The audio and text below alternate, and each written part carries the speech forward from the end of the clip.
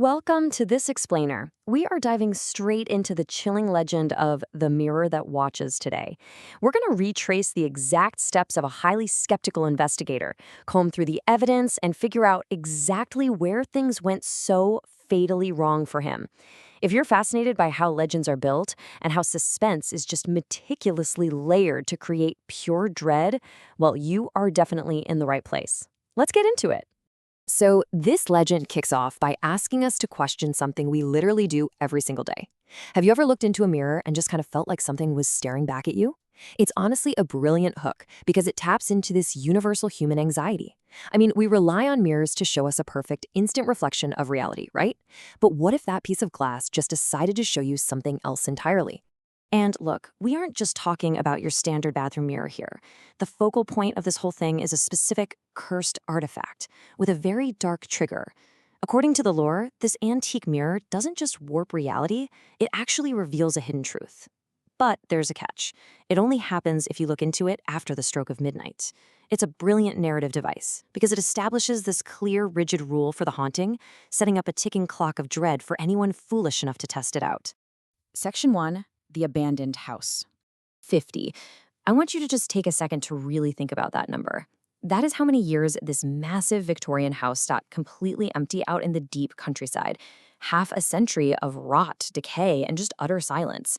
When a structure is abandoned for that long, it doesn't just gather dust, It gathers stories. It becomes this perfect blank canvas for local folklore and collective paranoia to just run wild.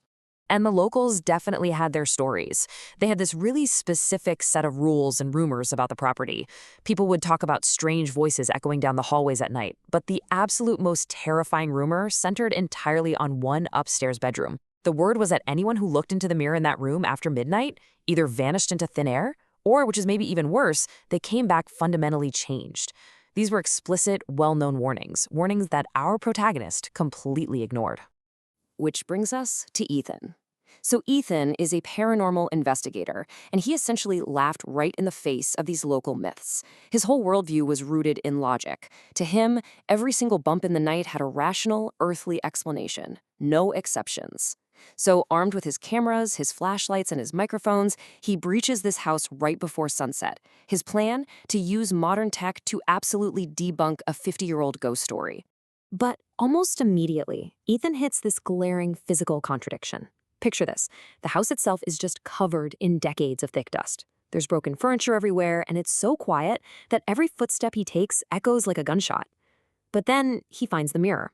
Despite 50 years of total neglect, and despite this old cracked wooden frame holding it together, the glass of this massive antique was impossibly perfectly clean. Not a speck of dust on it. That right there should have been his very first warning sign to turn around. Section 2. The Midnight Anomaly. Okay, so the setup is complete. Ethan has his cameras facing the mirror. The time is 11:58 p.m. Then 11:59 p.m. The tension is peaking. And then the clock strikes midnight and absolutely nothing happens. Ethan actually chuckles to himself here, totally validated, thinking it's just another busted urban legend. But his little victory lap lasts exactly 1 second, because right as he lets his guard down, the reality of the room completely shifts. Before he even sees anything out of the ordinary, he feels it. The ambient temperature just instantly plummets to freezing.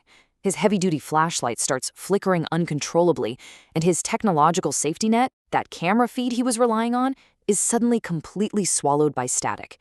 Everything logical and reliable in Ethan's world is systematically failing him all at once. And then comes the disconnect. This is the truly terrifying part. Ethan looks directly into the glass and realizes his reflection is out of sync. When he blinks, the reflection waits a full second, and then it blinks. To test this absolute impossible nightmare, he takes a slow step backward. But the reflection? It stays perfectly dead still. The basic laws of physics have just been ripped away. His heart is pounding because he realizes he isn't looking at himself anymore. He's looking at an entity that is just wearing his face. Section 3. The Shadow Figure. As Ethan cautiously raises a hand, a movement that his reflection mimics a full second late, something else materializes. A dark figure steps out of the gloom in the glass, right behind his reflection. It's incredibly tall, completely pitch black, and it has no face, no eyes, nothing. It doesn't lunge or attack, it just stands there, totally silent. And honestly, that total lack of humanity or expression, it just makes the whole thing so much worse. Pure fight or flight kicks in. Ethan whips around to face whatever is behind him, ready for a physical confrontation. But the physical room behind him is totally empty, just dust and old floorboards. But when he turns his eyes back to the glass, the shadow is still there.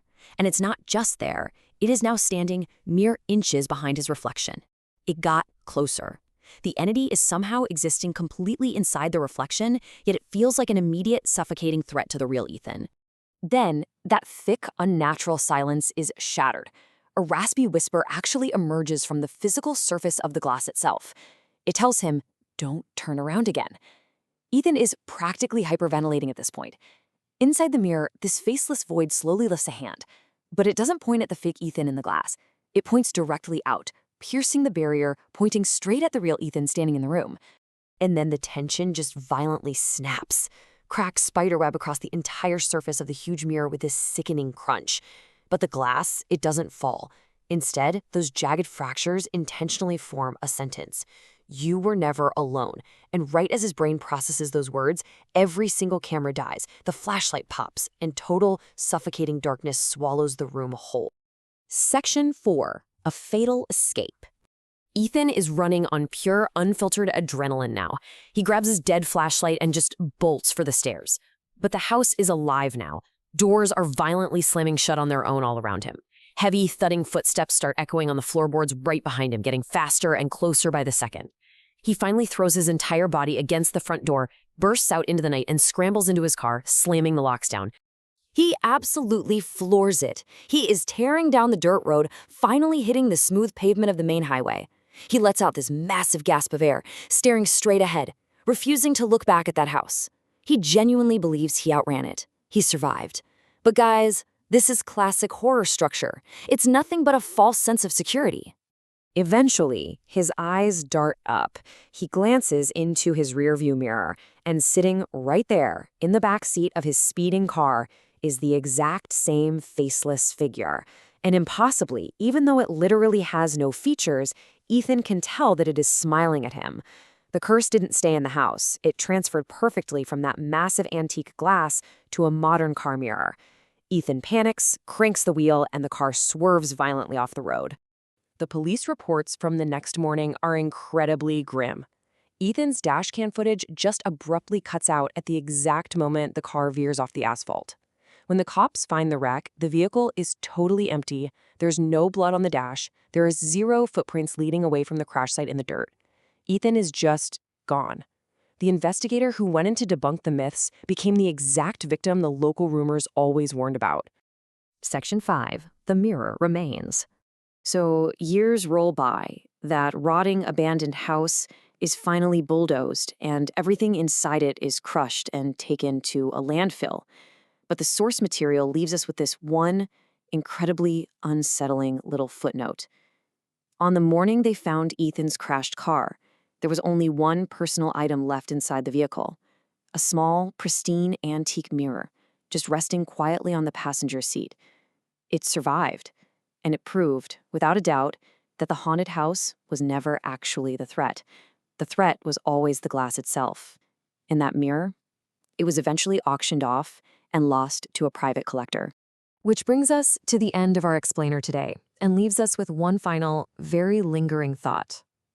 That artifact is still out there right now, sitting in someone's home, supposedly just waiting for someone curious enough to stare into its pristine glass right after the clock strikes 12. Because as this legend so perfectly illustrates, sometimes the most terrifying thing in the room isn't standing behind you in the dark. Sometimes it's waiting patiently on the other side of the reflection. Thanks so much for joining me for this breakdown. I'll catch you on the next one.